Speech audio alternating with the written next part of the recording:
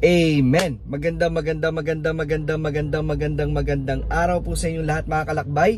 Isa na naman pong araw na punong-puno ng pagpapala na galing sa ating Panginoon at isang maghapong mararamdaman po natin ang kanyang patnubay at gabay at mararamdaman natin ang init ng pag-ibig ng Diyos. Yan po ang ating panalangin at pagbati para po sa araw na ito. Amen po ba? Amen. Yan. Ngayon po ay araw ng Huwebes.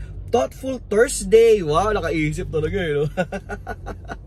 Araw ng Huwebes at ako pa rin pong inyong kasama ngayon, ang inyong kalakbay sa pagninilay na si Kuya RJ. Samahan niyo po ako at sabay tayo magnilay patungkol sa salita ng Diyos kung paano tayo kagabay ng ating Panginoon para sa buong araw na ito. Pero bago po tayo magsimula sa ating pagninilay, tayo po muna ay manalangin ng ating favorite prayer sa feast. In the name of the Father, the Son, the Holy Spirit. Amen. Today I receive all of God's love for me. Today I open myself to the unbounded, limitless, overflowing abundance of God's universe. Today I open myself to God's blessings, healing, and miracles. Today I open myself to God's word so that I become more like Jesus every day.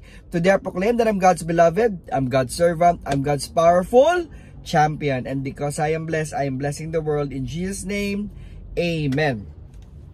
Ang ating pong ebanghelyo ay mula po kay San Juan. Kung ako lang ang nagsasalita tungkol sa sarili ko, hindi totoo ang sinasabi ko. Pero may ibang nagtetestify para sa akin at alam kong totoo ang sinasabi niya tungkol sa akin. Nagpadala kayo ng mga messengers kay John at nagsalita siya tungkol sa katotohanan. Hindi kailangan na may taong magsasalita para sa akin. Sinasabi ko lang to para maligtas kayo. Parang matinding ilaw si John, binigyan niya kayo ng init at liwanag. At natuwa kayo sa liwanag na dala niya kahit sandali lang. Pero may sinasabi tungkol sa akin na mas dakila pa sa sinasabi ni John. Yung mga ginagawa ko, yung mga bagay na pinapagawa sa akin ng tatay ko, ito yung mga nagpapatunay na pinadala nga ako ng Ama. At ang Ama na nagpadala sa akin ay nagsasalita din tungkol sa akin.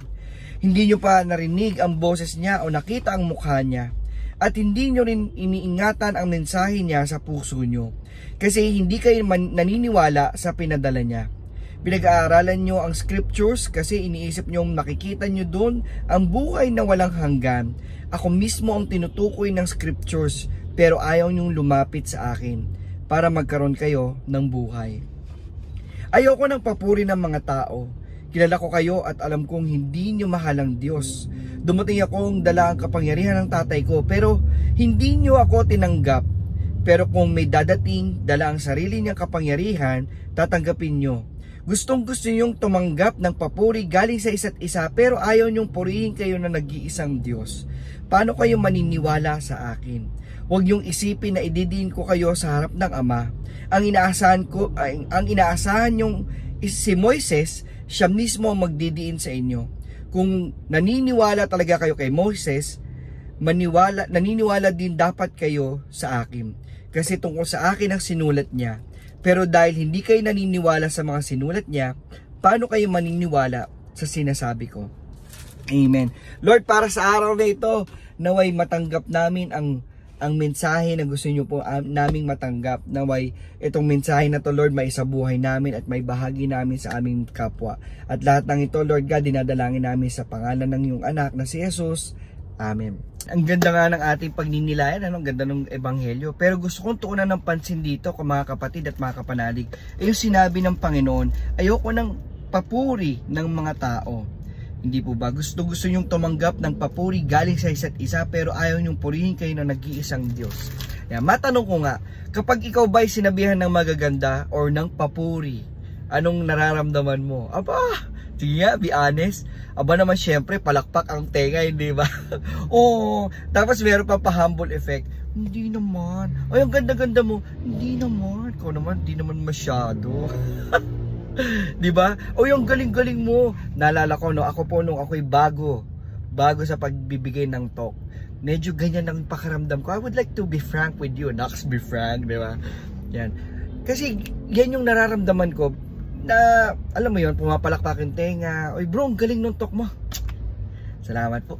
Ayan, nawawala yung part na minsan pa parang nagiging false humility. Ay hindi talaga. Si Lord yun, si Lord.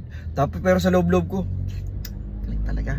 Pero din na-realize ko, Alam mo, okay lang naman tumanggap ng praises eh. Okay lang naman tumanggap ng papuri na galing sa tao. Parang lumalabas, that's the affirmation that God wants to give you. Pero ako naniniwala ko na sincerely, when you receive praises, 'di ba? Kapag nakatanggap ka ng papuri, ng appreciation, 'di ba? Ang ganda mo naman, ang galing mo mag-talk. Uy bro, ang tangkad mo, any appreciation. By the way you looks, by the way you talk, 'di ba? By how you looks pala, by how you look, the way you talk, yan. 'Di ba?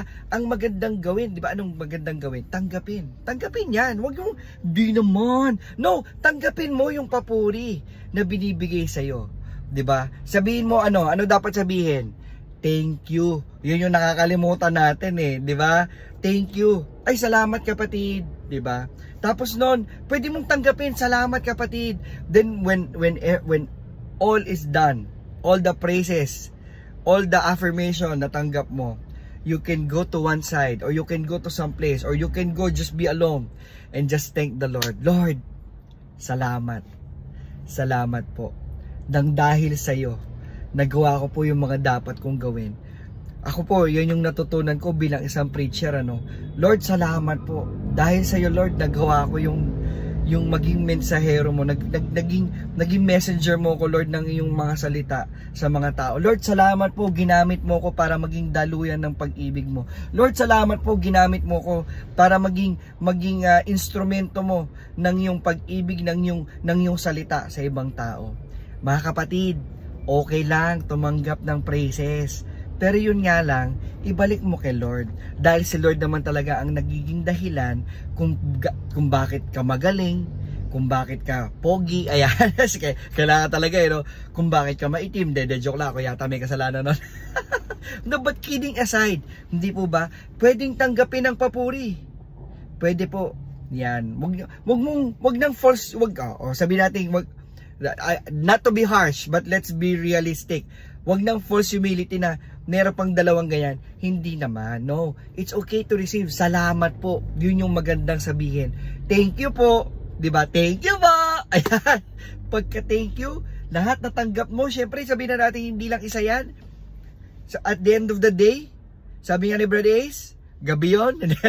At the end of the day, you just say, whew, thank you Lord. Salamat po. Handa ka na ba magpasalamat si Lord sa mga talents, time, treasure, gifts, skill na meron ka, na patuloy mong ibinabahagi sa iyong kapwa? Kasi naniniwala ko, kahit anumang galing na meron tayo, si Lord lang talaga ang dahilan ng lahat ng yan. Amen po ba? Yan, tayo po ngayon ay manalangin. Lord, salamat sa mga talentong ibinigay. Woo! Thank you Lord. Lord, ang prayer po namin ay magamit namin to sa pagpapatotoo ng iyong pangalan, sa pagpapatotoo ng iyong presensya, sa pagpapatotoo ng iyong mga salita, hindi lang po sa aming buhay, pero sa buhay ng aming kapwa. Lord, gamitin mo kami sa kahit anumang paraan para maibahagi namin ang iyong pag-ibig at maipalawig yan ang iyong pangalan. At lahat ng ito, Lord God, dinadalangin namin sa iyong pangalan, sa pangalan ni Jesus. Amen. In the name of the Father, the Son, the Holy Spirit. Amen. Panahon na naman po na aming pansamantalang pamamaalam sa inyo. Maraming salamat po sa inyong patuloy na pagsuporta. Salamat po sa pag-like, pag-share, pag-follow. Ayan, patuloy lang po kayong i-share tong video nang mabless din po yung ating mga ibang kaibigan na hindi ko po maabot. Next. Kasi bakit? They cannot be reached. De joke lang. Salamat po. God bless you. Continue shining light because believe it or not, you are a blessing. God bless. Bye.